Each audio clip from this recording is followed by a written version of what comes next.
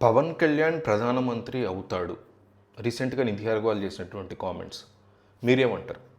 కరెక్ట్‌గా చెప్పింది, మూర్ఖత్వంగా చెప్పింది, మూర్ఖంగా చెప్పింది. ఈ రెండిట్లో ఏదో ఒకటి కామెంట్ చేయండి. నేను ఛానల్‌కి లైక్ చేసుకోండి, సబ్స్క్రైబ్ చేసుకోండి ఏం అడగట్ల. మీరిచ్చే ఒక కామెంట్ నాకు కొండంత బలాన్ని ఇస్తది. అందుకని 1000 కామెంట్లు టార్గెట్. దయచేసి ఒక కామెంట్ మాత్రం చేయండి. నిధి అగర్వాల్ యొక్క కామెంట్స్ కరెక్ట్‌గా చెప్పింది, మూర్ఖంగా చెప్పింది. నిధి అగర్వాల్ ఈమె హరిహర వీరమల సినిమాకి హీరోయిన్గా యాక్ట్ చేసింది.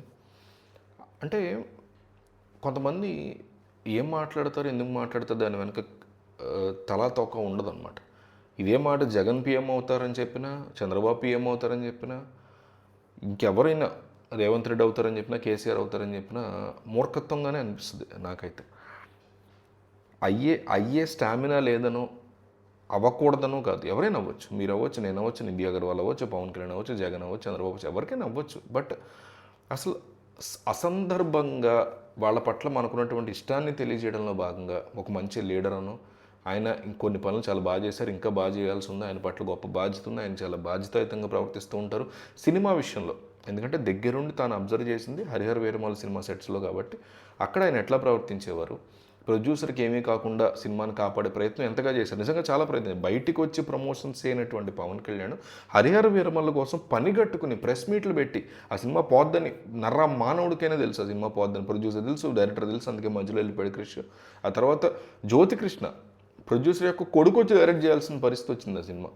అంత అధపాతాళానికి ఆ సినిమా పడిపోతే బయట ఎక్కడ వెళ్ళినా సరే పవన్ కళ్యాణ్ చూసి అందరూ ఓజీ ఓజీ అని అరుస్తుంటే ఎవరో వీరా వీరా అని అరవట్లేదని డైరెక్ట్ ప్రొడ్యూసర్ బాధపడితే ఇలాంటి పరిస్థితుల్లో ప్రొడ్యూసర్ ఏమైపోతాడు అనే ఒక బాధ్యతతో పవన్ కళ్యాణ్ వచ్చి ఆ సినిమాకి సంబంధించిన ప్రమోషన్స్ చేశారు.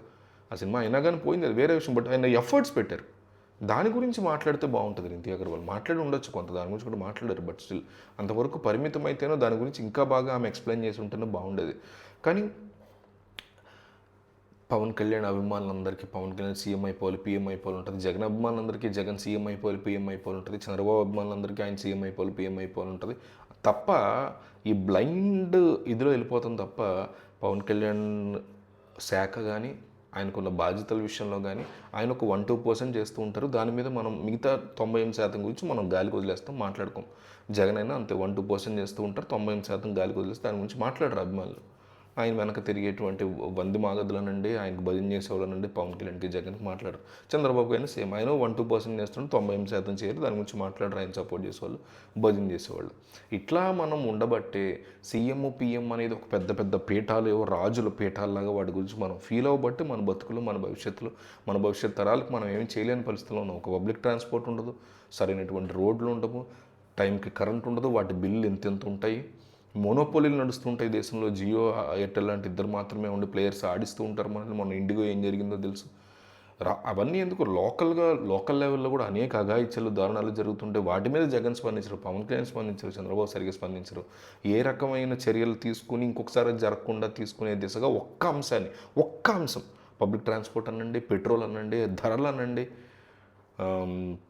రోడ్లు అనండి, ఇట్లా ఏదైనా ఒక అంశాన్ని కంప్లీట్గా ఎన్ని సంవత్సరాల తర్వాత అయినా మళ్ళీ ఆ సమస్య రాకుండా ఒక్క అంశాన్ని జగన్ అయినా, చంద్రబాబు అయినా, పవన్ కళ్యాణ్ అయినా, రేవంత్ అయినా, కేసీఆర్ అయినా, మోడీ అయినా, రాహుల్ గాంధీ అయినా ఒక్క అంశాన్ని పనికొచ్చే ప్రజల జీవితాలను మార్చే ఒక్క అంశాన్ని పర్మనెంట్ సొల్యూషన్ చూపించడమే కాకుండా దాన్ని ఇంప్లిమెంట్ చేసి దాన్ని కంప్లీట్ చేసి ఓకే ఇందులో మీకు తిరుగులేదు, జీవితాంతం మీకు పబ్లిక్ ట్రాన్స్పోర్ట్ ఉంటుంది, జీవితాంతం మీకు సరైనటువంటి సరసమైన ధరలకు కూరగాయలు ఉంటాయి అనే ఫీలింగ్ మనకు వాళ్ళు క్రియేట్ చేయగలిగారా? లేదు, చేయలేరు. బట్ ఇలాంటి భజన గాళ్ళని మాత్రం బాగా, అది ఎవరి తాలూకా అయినా సరే వాళ్ళని మాత్రం నెత్తిన పెట్టుకుంటూ ఉంటారు.